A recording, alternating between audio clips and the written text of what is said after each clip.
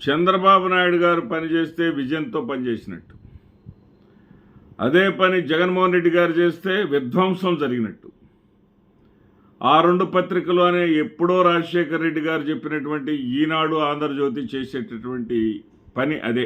ఆంధ్రప్రదేశ్ రాష్ట్రంలో విధ్వంసం అనే పదాన్ని పదే పదే జగన్మోహన్ రెడ్డి గారికి అంటగట్టి ప్రజల్ని అలజడిలోకి నెట్టేసినటువంటి ఈ రెండు పత్రికల తీరును ఒకసారి మనం గమనిస్తే, గతంలో కేంద్ర ప్రభుత్వం సూచన మేరకు సాక్షాత్తు ప్రధానమంత్రి నరేంద్ర మోడీ గారు పిలుపునిచ్చారు.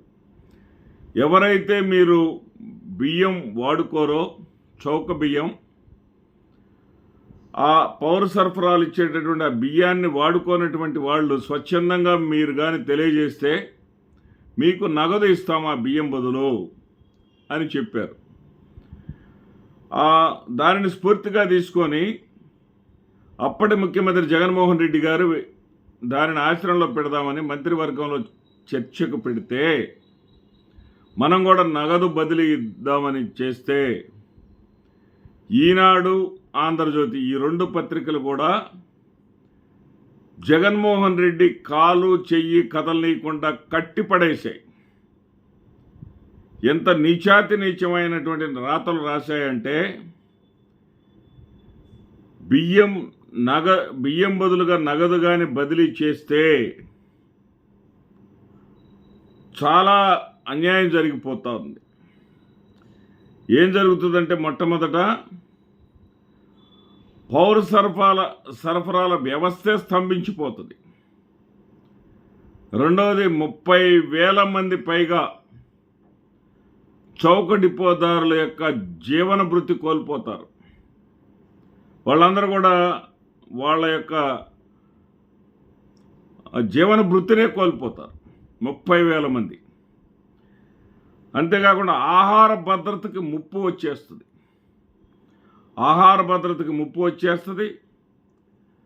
పోషకాహారం అందటం అనేది ఇక జరగదు.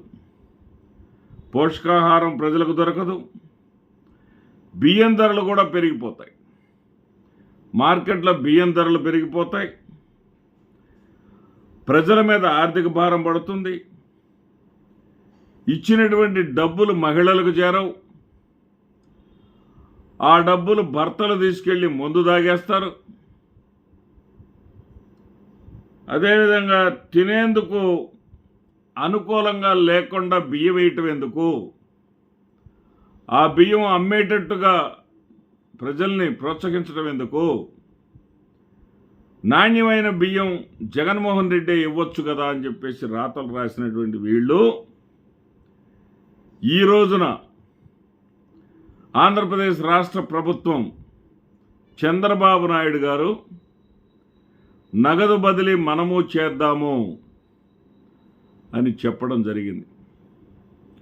ఈ రోజున ఆ రోజు ఏ రాతలైతే రాశారో మీరు, జగన్మోహన్ రెడ్డి గారు నగదు బదిలీ చేద్దామన్నప్పుడు ఎంత విషాన్ని కక్కారో, ఎంత విధ్వంసకరమైనటువంటి ఆలోచన ఇది అని చెప్పేసి మీరు వార్తలు రాశారో, జగన్మోహన్ రెడ్డి గారిని కదలనీయకుండా చేశారో, మీరు అదే పని ఇప్పుడు చేస్తారా?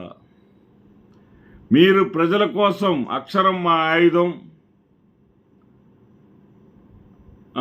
అక్షరం మాది, నిర్ణయం మీది, బ్రహ్మాండం వంటి పలుకులు చెప్తూ ఉంటారు కదా, నీతి మాటలు చెప్తూ ఉంటారు కదా.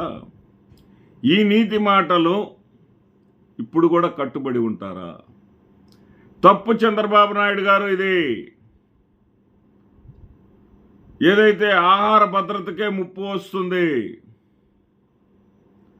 మందు తాగటానికి ఖర్చు పెట్టేస్తారు డబ్బులన్నీ, మహిళలు నష్టపోతారు, పౌష్టికాహారం ఇవ్వలేకపోతాము,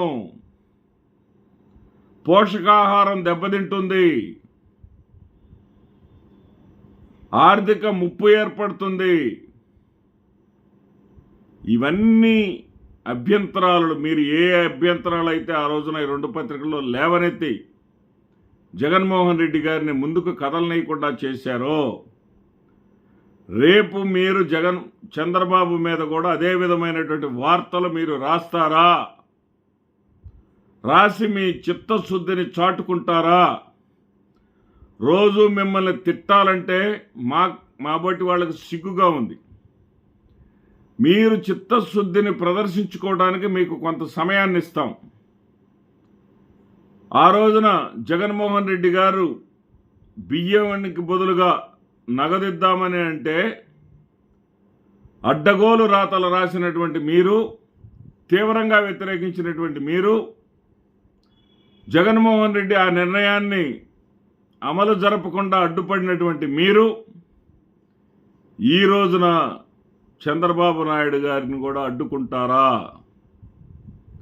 లేదు, జగన్మోహన్ రెడ్డి చేస్తేనేమో వ్యభిచారం, అదే పని చంద్రబాబు నాయుడు చేస్తే సంసారం అనే సన్నాయి నొక్కులు నొక్కుతారా? చూద్దాం.